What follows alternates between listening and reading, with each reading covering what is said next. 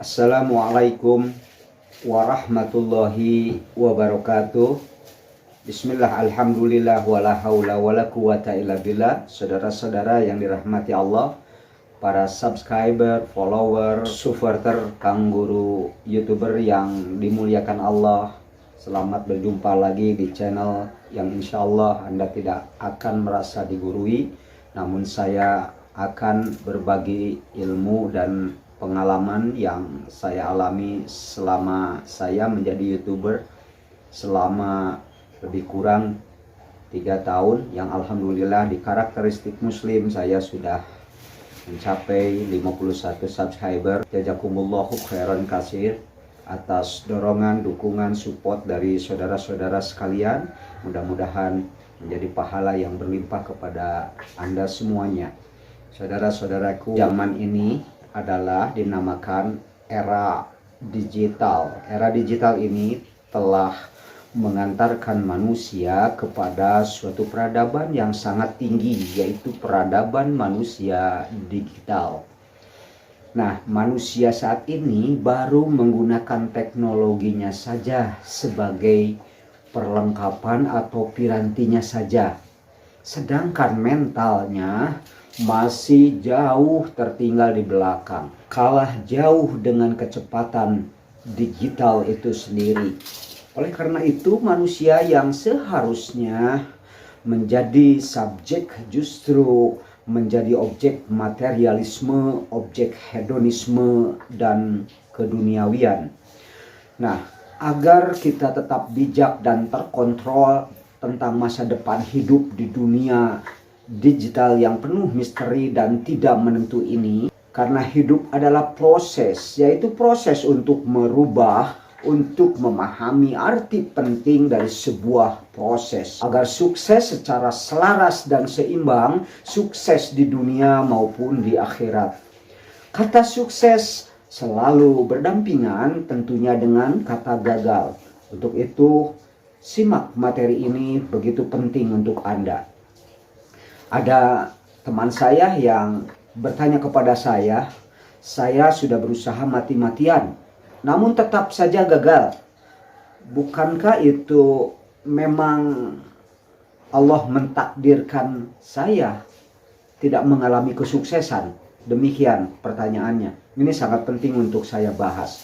Pertama, kesuksesan itu jangan dipandang sebagai benda, materi, atau jabatan, atau harta semata. Kalau pandangan Anda tentang sukses seperti itu, jawabannya orang yang tidak pernah sukses itu orang miskin. Ingatlah saudara-saudara bahwa selama kita berusaha keras, kita sudah mendapatkan banyak pengalaman yang berharga. Maka pengalaman itu pun merupakan bagian daripada sukses. Jadi pengalaman, apakah Anda termasuk strata miskin, Anda menengah, Anda strata orang yang punya, tentu itu adalah pengalaman yang sangat berharga. Lalu apa yang dilakukan ketika kita merasa usaha kita yang selama dilakukan itu belum memberikan hasil kesuksesan? Satu yang harus dilakukan adalah evaluasi. Islam sendiri mengajarkan pentingnya evaluasi atau dikenal dengan istilah hisab atau muhasabah. Kata Nabi, hasibu qabla an tuhasibu. Artinya evaluasilah dirimu sendiri sebelum kamu mengevaluasi orang lain. Maka jika hari ini kita gagal, evaluasilah kembali. Pasti ada yang salah dan ada kekurangan yang mungkin belum kita perbaiki.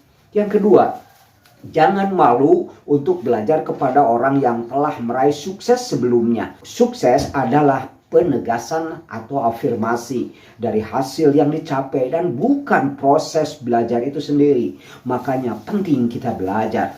Ada saatnya bahwa kegagalan merupakan pelajaran yang berharga. Seorang juara pun yang besar namanya adalah juara yang menerima kekalahan secara positif.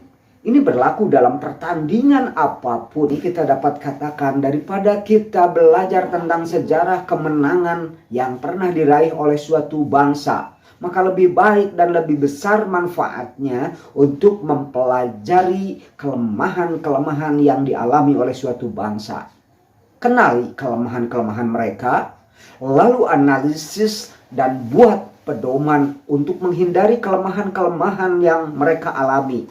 Sekali lagi, yang penting adalah apakah kegagalan menghentikan seseorang atau tidak. Adalah bagaimana kegagalan itu sendiri dihadapi. Kegagalan itu suatu hal yang penting karena kegagalan itu dapat berharga. Namun ada orang yang mengalami kegagalan maka hancurlah segala-galanya. Ini adalah cara bereaksi terhadap kegagalan. Satu adalah sikap seorang pemenang dan satu lagi adalah sikap seorang pecundang. Jadi pelajarannya, bangkrut itu baik, hancur itu baik, collab itu juga baik. Bahkan berkali-kali Anda bangkrut itu lebih baik lagi. Karena Anda lebih banyak belajar dari kesalahan dan kegagalan. Cuman jangan sekali-kali berbuat kegagalan dan kesalahan secara sengaja saja. Nah, sukses itu selalu mencakup kata kegagalan. Kegagalan yang ada harganya, yaitu kegagalan tentunya yang diikuti oleh rasa tanggung jawab atas kegagalan itu. Yang ketiga, mengubah cara pandang atau pola pikir kita atau mindset kita. Kita perlu berevolusi. Bila Anda seekor ayam, cobalah untuk menjadi seekor ayam yang bisa terbang. Kita selalu dihadapkan dengan banyak pilihan. Dan kita terkadang terjebak oleh pola pikir kita sendiri yang salah. Seringkali kita terjebak oleh perangkap pola pikir yang statis. Ubahlah paradigma yang membuat kita tidak maju ini. Seorang guru misalnya bukan hanya mengajar di dalam kelas saja tentunya. Mengapa kita tidak belajar skill-skill lainnya untuk mengembangkan kemampuan-kemampuan lainnya untuk bisa dikembangkan? Yang membuat Anda tidak maju adalah keterbatasan pikiran Anda tentang satu pilihan. Sedangkan yang membuat keterbatasan itu sendiri adalah pikiran Anda sendiri. Jadi ubahlah dan tafsir ulang kegagalan itu. Lalu melihat alternatif-alternatif yang ada. Untuk menuju ke utara misalkan boleh jadi Anda mesti berjalan ke selatan. Untuk mencapai sasaran ingin Anda tuju dan menetapkan target, boleh jadi menerapkan strategi yang dipandang orang lain tidak lazim. Orang yang cara pandangnya positif akan memandang sesuatu mustahil itu dilakukan, namun dia mengatakan saya bisa mengerjakannya. Saya terus maju dengan tekad bulat dan keyakinan besar menuju sasaran. Dan saya akan sampai ke sana, sampai halangan dan rintangan itu bisa saya atasi. Pokoknya saya terus maju dan segalanya terlaksana dengan baik. Perjalanan menuju kesuksesan itu ibarat seperti labirin. Banyak kamar, banyak pintu yang harus kita lewati. Semuanya mengecoh kepada kita. Namun semua itu bisa diawali dari pintu yang sama dan berakhir di pintu yang sama juga. Dan akhirnya kita bisa sampai di tujuan. Yang keempat, jangan mengkambing hitamkan takdir. Ketika kita mengalami kegagalan, jangan langsung mengatakan mau tidak mau harus saya terima. Seakan-akan kita tahu persis kehendak Allah. Padahal bisa saja saat kita mengalami kegagalan, kita mengatakan bahwa takdir Allah itu adalah lebih positif. Yakni kegagalan kita sebagai kasih sayang Allah yang hendak menguji seberapa besar kesungguhan dan kesabaran kita dalam berusaha. Kuncinya adalah janganlah kita berputus asa dengan kegagalan kita. Di dalam surat Az-Zumar ayat 53 Allah Subhanahu wa taala berfirman, "La taqnatu min rahmatillah." Janganlah kamu berputus asa dari rahmat Allah.